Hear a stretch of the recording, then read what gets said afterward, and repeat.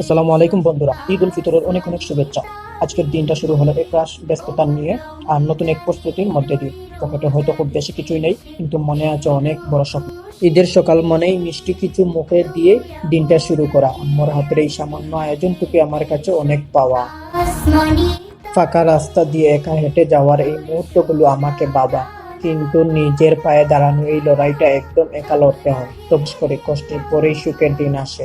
অবশেষে চলে আসলাম ঈদগাতে। ছোট ছোট বাচ্চাদের এই রঙিন হাসি আর ছোট ছোট ছোটাছুটি দেখলে সব ক্লান্তি মুহূর্তেই ধুয়ে যায়। আসলে ঈদ মানেই এর নির্মল আনন্দ।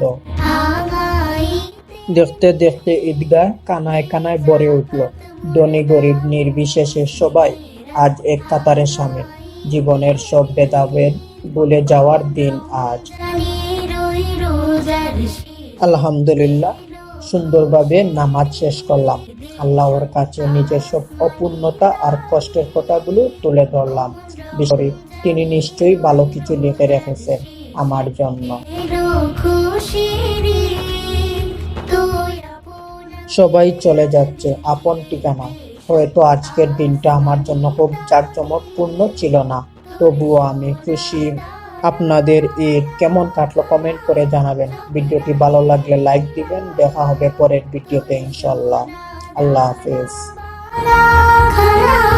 सब रहे लिल्लाह, दे जाकत मुर्दा।